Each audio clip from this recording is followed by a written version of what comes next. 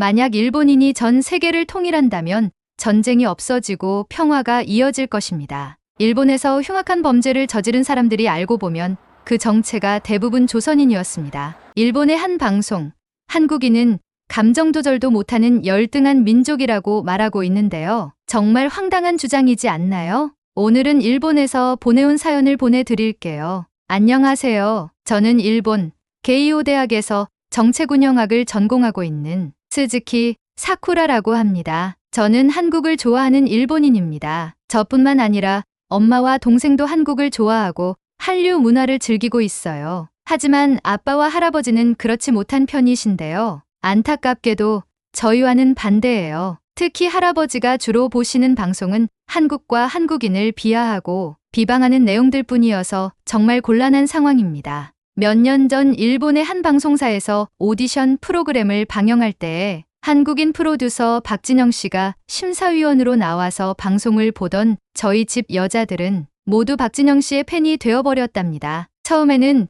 트와이스를 프로듀스한 것으로 알려진 박진영 씨가 일본에서 새로운 오디션 프로그램을 진행한다는 것만으로도 큰 화제가 되었는데요. 트와이스는 일본의 10대, 20대 사이에서 엄청난 인기를 얻고 있었고 이 프로그램에서 선발된 친구들이 제2의 트와이스로 탄생되어 일본과 한국 양국에서 데뷔할 기회를 얻게 된다고 하니 이 오디션에 뽑히는 것만으로도 정말 엄청난 행운이 될 거라고 다들 기대가 컸습니다. 결국 이 오디션 프로그램에서 만들어진 니쥬라는 그룹은 데뷔곡부터 오리콘 차트 1위를 찍으며 성공적인 첫걸음을 떼었는데요. 이 방송에 열렬한 팬이었던 동생은 자신도 니쥬처럼 언젠가 한국에 데뷔해서 동경하는 트와이스와 같은 무대에 서고 싶다며 꿈꾸게 되었어요. 당시 아이돌을 꿈꾸는 평범한 여자아이들이 고난과 시련을 겪으며 성장해가는 모습을 보고 있으려니 어느 순간 저도 마음이 동해져서 같이 응원하던 기억이 생생합니다. 이 방송에서 프로듀서인 박진영 씨가 참가자들을 가혹하고 엄하게 꾸짖으면서도 한편으로는 다정하게 격려하면서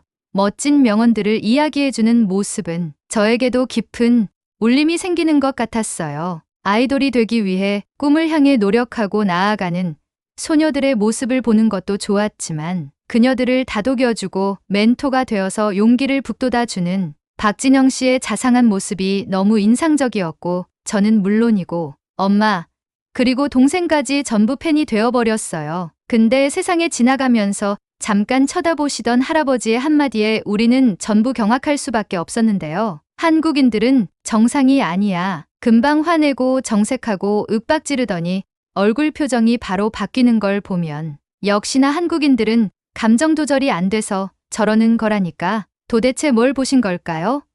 어떻게 저런 해석이 나올 수 있는 건지 저는 순간 너무 황당해져서 물어보고 싶었는데 엄마가 슬며시 제 옷깃을 잡으셨어요. 그냥 속으로 참고 넘어가는 수밖에요. 이어서 할아버지는 일본의 방송에서 왜 저런 방송을 하나 했더니 한국인의 저런 모습을 보여주려는 의도가 있었구만. 이러시는데 정말 어이가 없었습니다. 할아버지의 말에 의하면 할아버지 세대의 사람들이라면 한국이나 한국인은 열등한 민족으로 여전히 일본의 지배가 필요한 나라라고 생각한다고 하는데요. 지금 세대와 세상을 너무 모르고 계시는 것 같아요. 그도 그럴 것이 할아버지가 즐겨보시는 TV 방송을 보더라도 일본은 정말 대단하다고 일본에 대한 칭찬과 좋은 점들을 줄줄이 나열하는 내용이 주를 이루는데요. 눈앞에 보이는 현실의 눈과 귀를 닫은 채 과거의 영광 속에 살고 있는 것은 아닐까요? 하루는 할아버지 방 앞을 지나가는데 만약 일본인이 전 세계를 통일한다면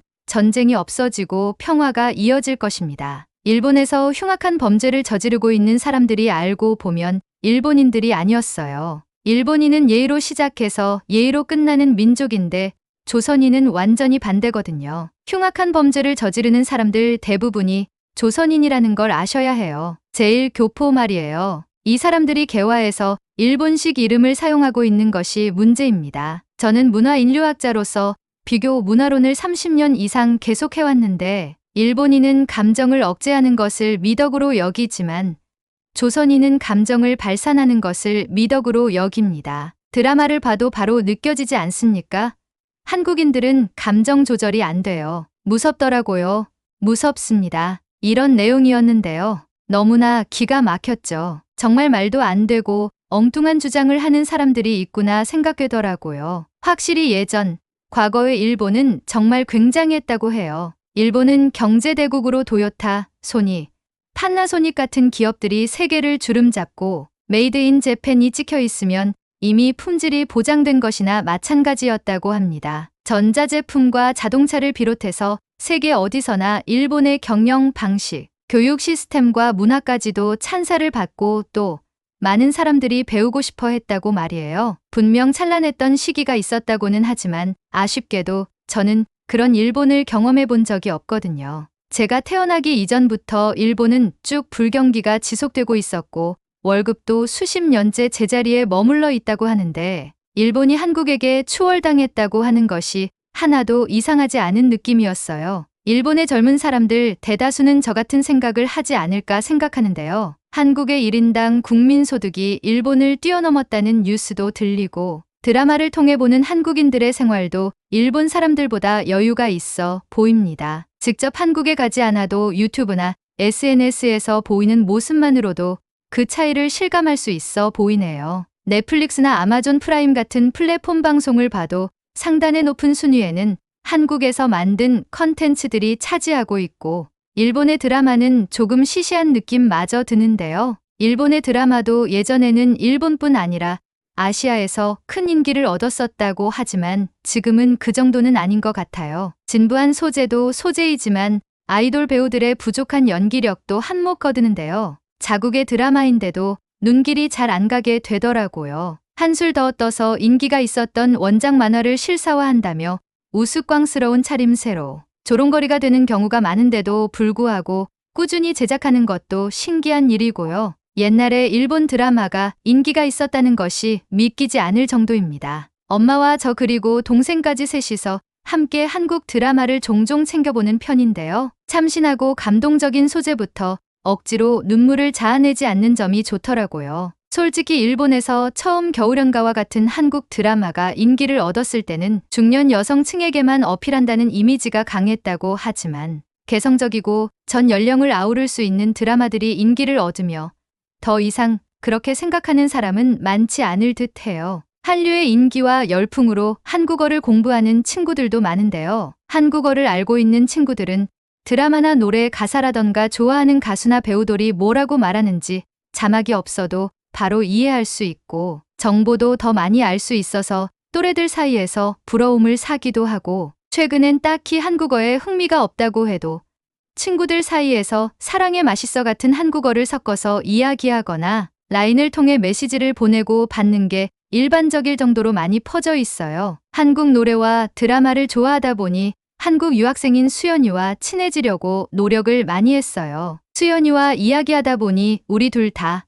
같은 그룹 세븐틴의 팬이었어요. 저희는 곧바로 친해졌어요. 수연이와 함께 세븐틴 이벤트에 응모하기도 하고 콘서트에도 같이 갔어요. 닛산 스터디움에서 콘서트가 열렸는데 도쿄돔과는 비교가 되지 않았어요. 넓은 데다가 하늘이 보이는 스타디움이라서 너무 좋더라고요. 한국 아이돌을 좋아하게 된 건 일본에서 아이돌이라고 하면 춤이나 노래 실력은 떨어지더라도 조금 귀엽거나 잘생기기만 하면 된다는 건지 아이돌이라서 아이돌이니까 하는 식으로 넘어가는 모습은 프로 정신이 많이 부족한 느낌이 드는 반면 K-팝 아이돌들의 프로페셔널한 모습은 정말이지 매력적으로 다가왔습니다. 그들은 영어도 능숙하게 말하는 데다 심지어 일본어를 하는 멤버도 있는데요. 한국의 아이돌들은 해외에 진출할 것을 염두에 두고 미리 어학 공부까지 한다고 해요. 춤과 노래 실력을 갈고 닦기에도 부족할 텐데 남는 시간을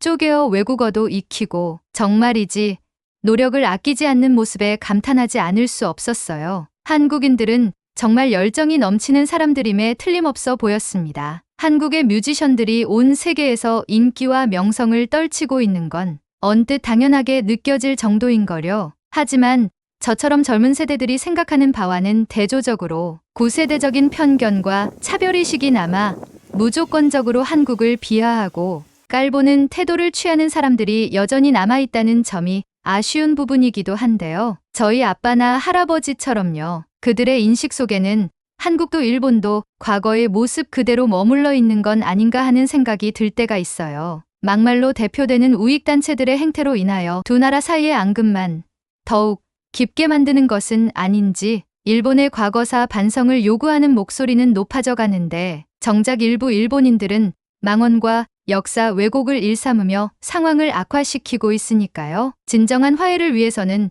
과거의 잘못을 인정하고 사과하는 자세가 필요한 상황이고 우리 세대에선 역사의 그늘에서 벗어나 미래지향적 관계를 만들어가려는 목소리도 조금씩 흘러나오는 가운데 이번엔 사도 광산의 이야기가 나오면서 또 다른 갈등의 조짐이 생기는 건 아닌지 걱정이 들더라고요. 사실 저도 수연이를 통해 최근에 알게 됐는데 좀 복잡한 감정이 드는 곳이더라고요. 사도 광산의 역사를 돌아볼 때 단순히 일본의 산업 발전과 기술 진보의 상징으로만 보기는 힘든 곳이었는데요. 사도 광산이 에도 시대부터 일본 경제에 큰 기여를 해온 것은 사실이지만 동시에 한국인들에겐 잊을 수 없는 아픈 역사의 한 부분이기도 할 것이기 때문이었어요. 특히 제독주의 시대, 조선인들을 강제로 동원하여 사도 광산에서 노역을 시켰다고 하고 이로 인해 수많은 조선인들이 고통받으며 희생된 것도 부인할 수 없는 역사적 사실일 텐데 이런 이야기들은 숨긴 채 정부에선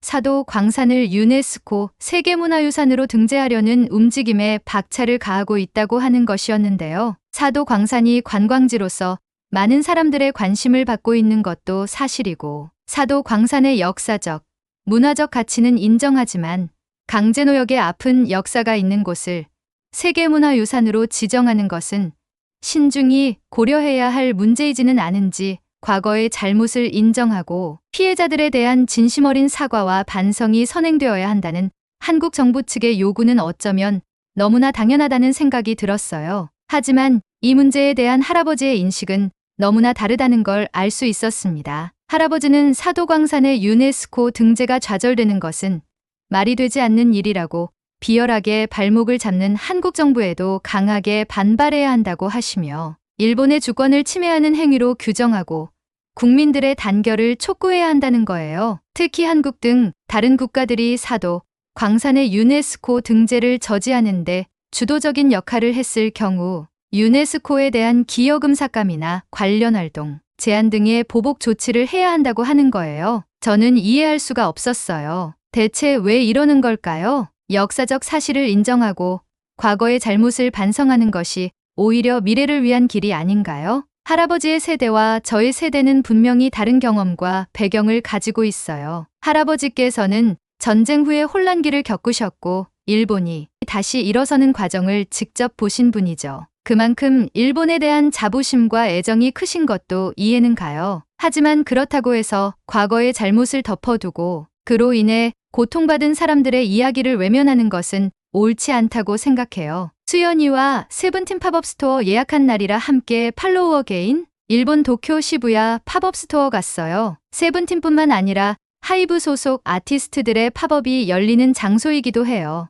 입장하자마자 세븐틴 멤버들 사진을 볼 수 있고 뮤직비디오가 계속 나와요. 굿즈를 구경하다 저는 손 선풍기, 수연이는 미니 숄더백을 샀어요. 기분 좋게 굿즈를 사고 한국 음식을 먹을 수 있는 시노쿠보에 갔어요. 사실은 한국에 가보고 싶지만 여러 가지 준비가 필요하므로 일단 시노쿠보로 만족할래요. 언젠가는 꼭 한국에 놀러 갈 거예요. 요즘 시노쿠보는 한류 팬인 사람들로 넘쳐나요. 일본에서는 비빔밥이나 불고기 같은 한국 요리는 이미 너무나도 유명해서 모르는 사람이 없을 정도랍니다. 재료나 조리법이 어렵지 않다 보니 집에서도 자주 해먹는 요리가 되고 있어요. 요즘 한국 음식 도장 깨기를 하고 있는데요. 한국 TV에 종종 등장하는 백종원의 체인점 홍콩 반점이 시노쿠보에 있길래 짜장면이다 했는데 가게 앞줄이 너무 긴 거예요. 그래서 또 다른 궁금했던 음식 쭈꾸미 볶음을 먹으러 갔어요. 빨갛게 양념된 쭈꾸미가 야채와 함께 철판 위에 올려지고 밥과 반찬들도 잔뜩 나오더라고요. 쭈꾸미 색을 보며 너무 매울까 두렵기도 했지만 도전. 처음 한 입을 먹었을 때 매운맛이 확 올라왔어요. 하지만 그 매운맛 뒤에 감춰진 쭈꾸미의 쫄깃한 식감과 풍부한 맛이 중독성 있더라고요. 같이 주문한 계란찜을 함께 먹으니 매운맛이 살짝 중화되고 뚝배기에 보글보글 나오는 계란찜이 많은 도움이 되었어요. 먹으면서 땀을 뻘뻘 흘렸지만 밥까지 볶아서 야무지게 먹었습니다. 쭈꾸미 볶음을 먹으면서 수연이에게 한국에 가면 어떤 음식을 먹는 것이 좋은지, 어디 가는 게 좋은지 물어봤죠. 수연이는 세븐틴 성지로 불리우는 공덕역의 곱창집도 알려주고 남산의 야경도 추천해 주었어요. 한국의 카페에서 맛있는 디저트도 먹고 싶다고 하니까 가로수길의 세들러하우스라는 크로플 맛집도 소개해 주었어요. 저의 머릿속에서 한국 여행 계획은 점점 구체화되었어요. 한국 드라마나 예능 프로그램을 보면서 한국의 문화를 간접적으로 체험하는 것도 좋지만 실제로 한국에 가서 직접 느끼고 경험하고 싶은 마음은 점점 더 커져갔어요. 한국에 간다고 하면 엄마야 찬성하시겠지만 아빠와 할아버지가 문제였는데요. 일단 저는 아르바이트를 하기 시작했습니다. 그렇게 조금씩 몰래 돈을 모았고 드디어 방학이 되었습니다. 오랫동안 자리를 비우는데 거짓말을 할 수도 없고 할 수 없이 한국에 여행 간다고 말했더니 할아버지는 당장 취소하라고 난리가 났어요. 너희 아빠가 학생일 때 한국은 가난한 동네 애들이 수학여행 다녀오는 곳이었다고 할아버지는 혀를 끌끌 차시더라고요. 할아버지의 말씀에 너무 놀랐어요. 저는 한국이 경제적으로나 문화적으로 얼마나 발전했는지 알고 있는데 할아버지께서는 여전히 옛날 생각만 하고 계시는 거예요. 그래서 한국이 얼마나 멋진 나라인지 설명해드리고 싶었어요. 할아버지, 지금 한국은 정말 많은 사람들이 가고 싶어하는 멋진 나라예요. K-팝, K-드라마,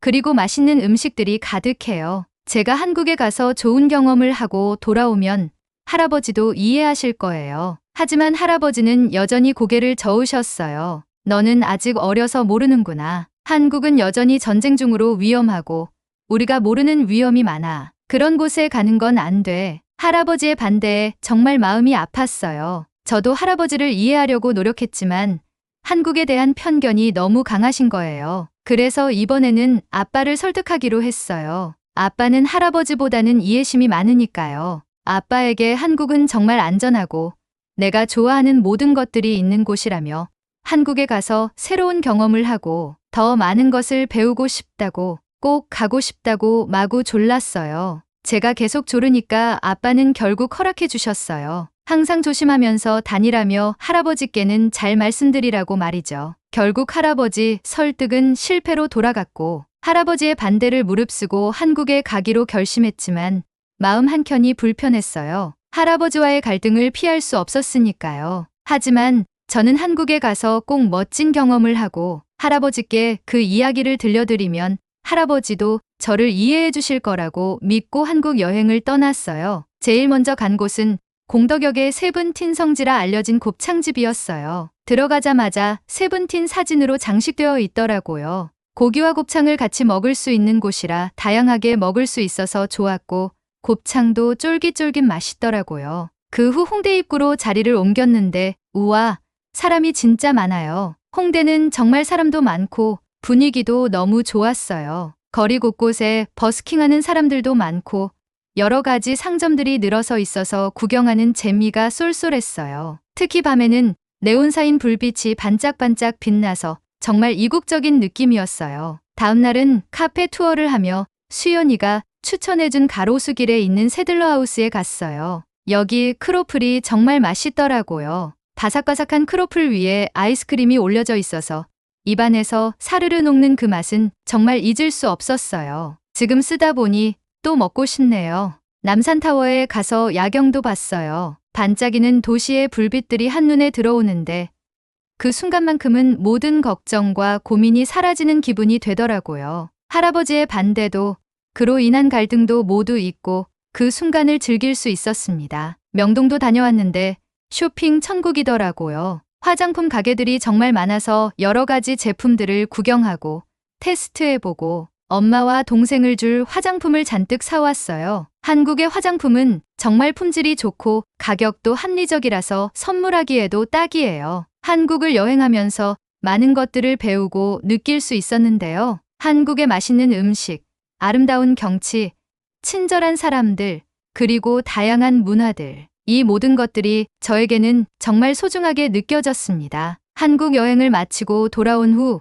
할아버지께 그동안의 이야기를 들려드렸어요. 처음에는 여전히 반대하시던 할아버지였지만 제 이야기를 들으시고 나서는 조금씩 이해해 주시는 것 같았어요. 한국이 얼마나 멋진 나라인지, 그리고 제가 그곳에서 얼마나 좋은 경험을 했는지 말씀드렸더니 할아버지도 조금씩 마음을 열기 시작하셨어요. 결국 할아버지께서는 네가 그렇게 좋았다니 다행이구나 라고 말씀하셨어요. 그 말을 듣는 순간 정말 감동이었어요. 여러분도 저처럼 누군가의 반대에 부딪힐 때가 있나요? 그런 상황에서도 자신의 꿈을 포기하지 말고 용기를 내어 말해보세요. 그리고 그 경험을 통해 느낀 것을 알려주면 반대하던 사람들도 결국에는 여러분의 생각을 이해하게 될 거예요. 구독자님들께서는 어떻게 들으셨을지 궁금하네요. 오늘 이야기가 좋으셨다면 구독과 좋아요 눌러주시고 주변 분들에게 공유해주세요. 사연자분께 응원과 격려의 말을 댓글로 남겨주세요. 감동 스위치는 여러분의 마음들을 모아 사연자분에게 전달해 드리고 있습니다. 감동적이거나 재미있는 실제 사연들을 제보받고 있으니 소개해주고 싶은 사연이 있으시면 위에 메일로 제보해 주시기 바랍니다. 오늘도 여러분의 하루의 작은 즐거움이 되었기를 바라며 더 좋은 영상으로 찾아뵙겠습니다. 감사합니다.